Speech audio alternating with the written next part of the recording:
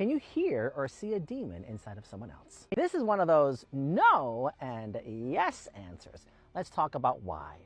No, because the parallel of demon does not actually exist. It exists in our lexicons of trying to understand energy that we don't get.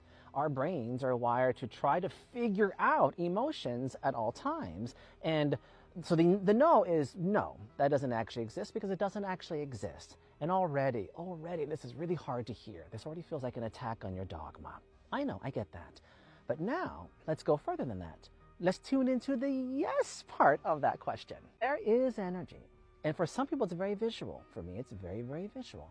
There is energy that is in motion, that moves exogenously, that can appear to be influential, that can appear to be some kind of energy that you experience that kind of drops your electromagnetic frequency down, that changes your human biofield.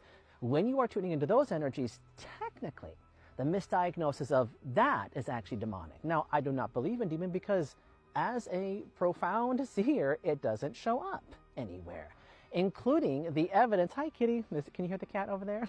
Hi, Kitty. You want to talk about demons? She says yes. When it comes to that information, it's really challenging because we are taught this, we read about this, we are trained to be fearful of what is demonic, but there is energy that can be influential, but it is non-sentient energy. Let's talk about evidence for a moment. When you are in communication to the God of your own understanding, and whatever is the God of your understanding, how wonderful, right? How wonderful. But when you speak and communicate to the God of your understanding, for some individuals, it's guides. For some individuals, it is a white man with a beard in the clouds. For some individuals, it might just be an energy. It might be earth energy. So let's back up for a second. I know this is an earful. This is an earful. So when you make statements like get right with God, what you really mean is get right with my God. Get right with the God that I believe.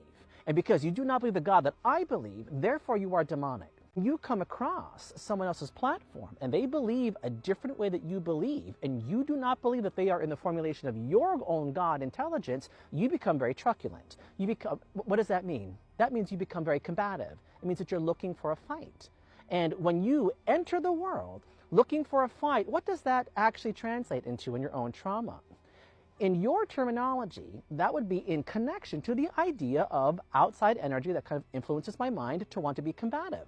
So the idea of smelling and seeing a demon in someone else, that's the same thing. Meaning if you're wired for a fight, then you would be in connection to what you believe is demonic, just at a very different frequency. This is an earful. This is definitely an earful. If this does not resonate with you, simply turn this video off and have a wonderful holiday season. Go off, be mindful, be joyful, and live your life to the fullest capacity that you're able to. If this is stimulating any new thought and any new truculence, then sit with that discomfort for a little bit. Sit with it, and let's have a conversation about that. But please don't come onto someone else's platform demanding some kind of change happen when you yourself do not even understand the semantics and the energetics of how that kind of energy works.